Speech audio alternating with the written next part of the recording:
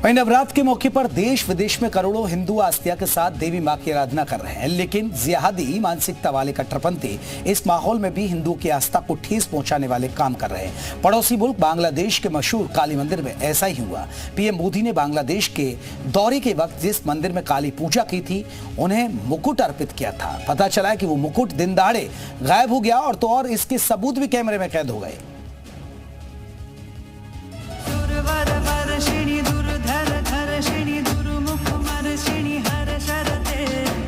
बांग्लादेश के सतखीरा का ये वही जेशोरेश्वरी मंदिर है जहां महाअष्टमी के मौके पर महापाप हुआ।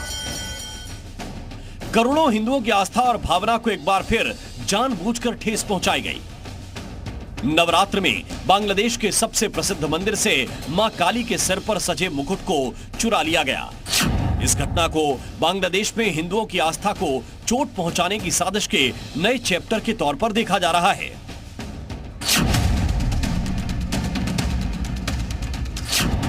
मंदिर में हुए इस महापाप का सीसीटीवी फुटेज भी वायरल है, जिसमें एक शख्स मंदिर में चुपके से घुसकर पटका पर्दा हटाते और फिर मुकुट को देवी से खींचते दिखता है। इसके बाद कपड़ों के अंदर मुकुट को छिपाकर मंदिर परिसर से बिना किसी रोक टोक के निकल भी जाता है। ये मंदिर हिंदू धर्म की 52 शक्तिपीठों में से एक है। जो मुकुट चोरी हुआ है उसे प्रधानमंत्री नरेंद्र मोदी ने मां काली को अर्पित किया था। मुकुट को खुद अपने हाथ से मां काली की प्रतिमा पर शोभित किया था।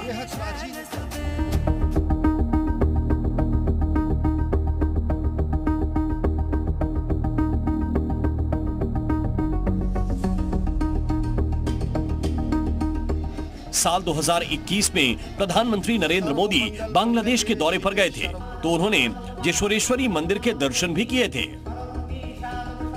51 शक्तिपीठों में से एक मां काली के चरणों में आने का आज मुझे सौभाग्य मिला है। बांग्लादेश में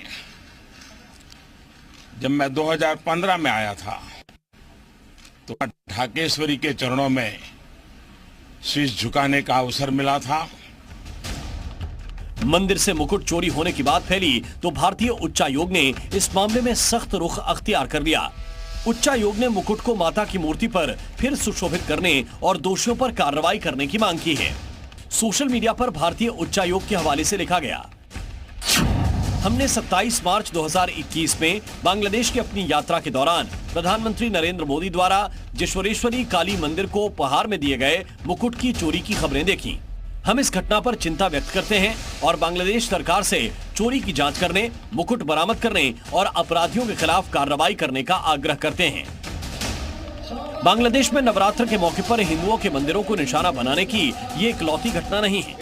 बांग्लादेश के चटगांव के जेएम सिन हॉल में इस्लामिक कट्टरपंथियों द्वारा दुर्गा पूजा मंडप में इस्लामिक गाना बजा दिया। कुछ दिन पहले ही बांग्लादेश के एक और काली मंदिर में तोड़फोड़ की गई थी। दान पात्र लूट लिया गया। বাইরে থেকে ইট পাটকেল মারছে, লাঠি কুটা দিয়ে মানে বাইরে থেকে ভাঙচুর করার চেষ্টা। यही नहीं, बांग्लादेश के नरसिंगड़ी जिले में भी मंदिर पर हमला किया गया। ये तस्वीर दिखा भी नहीं सकते।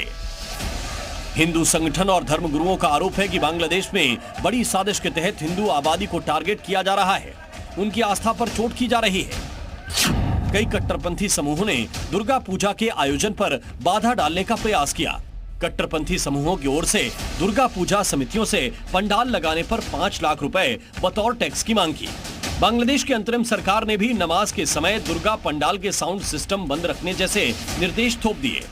और जिस तरीके से संख्या में ज़्यादा होते हैं उस तरीके से प्रताड़ना देते हैं।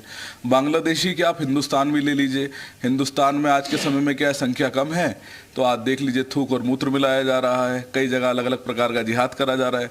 लेकिन आप बांग्लादेश में देख लीजिए संख्या ज़्यादा है तो उसमें ये लोग अपना अलग अलग मंदिरों को ध्वस्त करना, मंदिरों से सामान चुराना और हिंदुओं को प्रताड़ना देना कोई नई बात नहीं है इनके लिए। इसी प्रकार में कई मूर्तियों को तोड़ा गया, मंदिरों में आग लगाई गई। भविष्य में भी नहीं लग रहा है कि वहाँ हिंदू रह पाएगा, ऐसी स्थिति बन गई है। अभी वहाँ का प्राचीन देवी मंदिर से मोदी जी ने जो मुकुट भेंट किया था उस मुकुट को चोरी किया गया।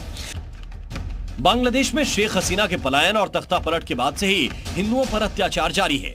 उनके घरों को फूंका गया, महिलाओं और लड़कियों के साथ ज्यादतियां की गई, सैकड़ों हिंदुओं की हत्या कर दी गई, मंदिरों को तोड़ा गया और अब जबकि नवरात्र का त्योहार चल रहा है तो मां की मूर्ति से मुकुट ही चोरी कर लिया गया। सवाल उठता है कि बांग्लादेश की नई नवेली सरकार किसके दबाव में है?